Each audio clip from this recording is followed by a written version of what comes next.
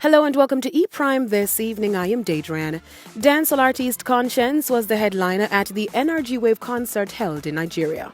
Konshens delivered a slew of hits including We A Hustle, Simple Things, We No Worry, Couple Up, among others. His set was met by screams from thousands of fans who gathered at the Carnivore grounds for the highly anticipated concert.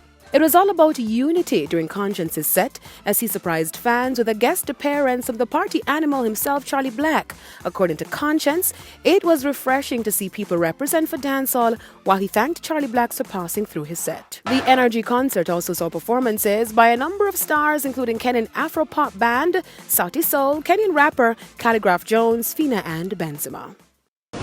Reggae artist Savannah was offered bail and is expected to answer to a charge of death by dangerous driving at her trial set for October 31. The trial date was set by Judge Steve Walters in Westmoreland Circuit Court yesterday, where the singer was offered bail in the sum of $400,000 with no conditions.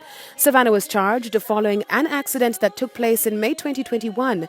According to the police report, she was traveling along the Scott Cove Main Road in White House when the car she was driving collided with a Honda Fit going in the opposite direction.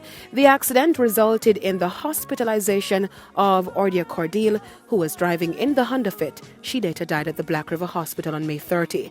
Savannah is known for the hit singles If You Only Knew, Mango, among others.